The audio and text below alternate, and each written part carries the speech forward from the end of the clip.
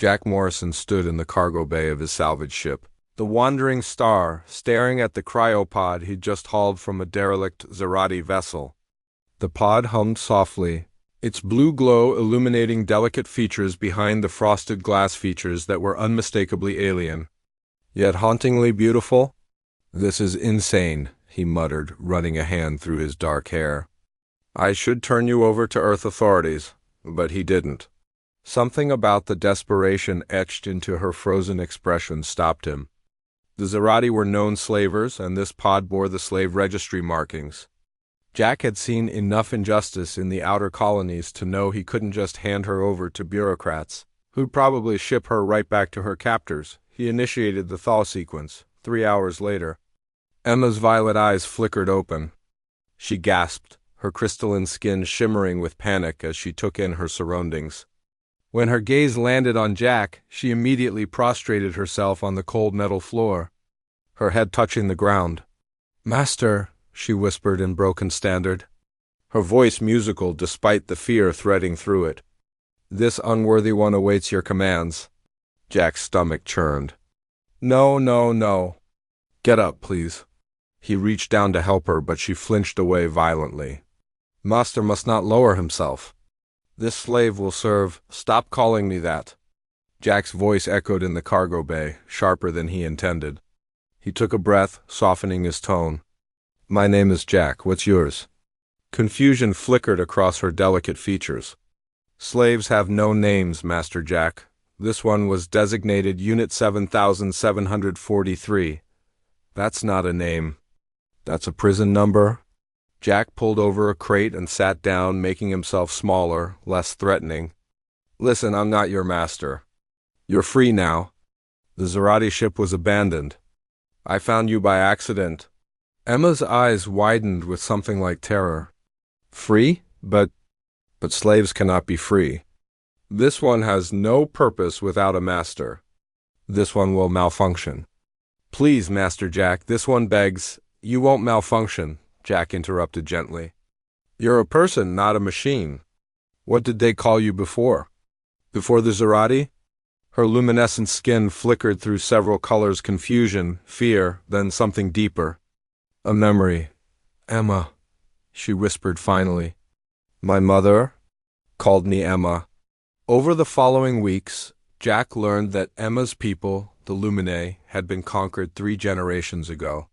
She'd been born into slavery, trained from birth to serve, to anticipate needs, to erase herself completely. The concept of personhood was as alien to her as her crystalline biology was to him, but Jack was patient. He taught her to make her own choices, starting small. "Coffee or tea?" he'd ask each morning. The first time she chose for herself tea, with honey tears streamed down her face, leaving glittering trails on her skin, he taught her to laugh, to argue, to say no. That last one was hardest. Centuries of conditioning fought against every assertion of will. "You don't have to clean the engine room, Emma. It's my turn." "But Master, Jack, just Jack." "But, Jack, this one wants to help." "Then help because you want to, not because you think you have to. There's a difference." Slowly Emma began to bloom. She discovered a passion for astrogation, spending hours mapping hyperspace lanes with an intuition that left Jack amazed. She started wearing colors she chose, deep blues and silvers that complemented her crystalline skin. She sang while she worked, haunting melodies from her homeworld that made Jack's heart ache, and somewhere between the asteroid fields of Kepler 442 and the trading posts of New Shanghai, Jack fell in love. He tried to deny it.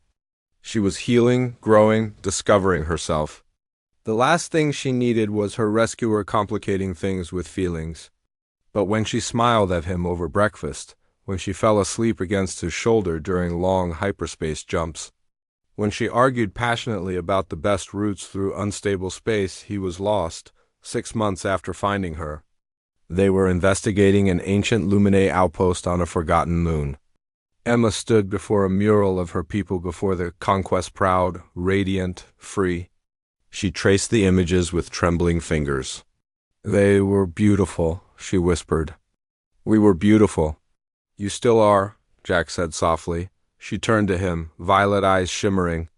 Jack, I need to tell you something. She struggled with the words with the terrifying freedom of expressing genuine feeling. I think, I feel, I love you, Jack blurted out, unable to stop himself. I'm sorry, I know the timing is terrible, and you're still figuring yourself out, and I'm probably the last person who should. Emma's crystalline lips pressed against his, silencing him. When she pulled back, she was crying and laughing simultaneously. In my language, she said, her voice steady and strong, we have a word. Kirashe. It means the light that guides you home. You are my Kirashe, Jack Morrison. He took both her hands in his. Emma, I don't even know your family name. I don't have one. Slaves don't have family names? Then we'll make one. Together. He dropped to one knee on the ancient moon, surrounded by images of her liberated ancestors. Emma, will you marry me? Not as master and slave, not as rescuer and rescued, but as equals? As partners. She pulled him to his feet, her skin blazing with bioluminescent joy. Yes, 1,000 times, yes. Later, as they flew back to the wandering star, Emma navigating them through an impossible asteroid field with effortless grace, Jack marveled at the strength of the woman beside him. The Zerati had tried to break her people, to erase them.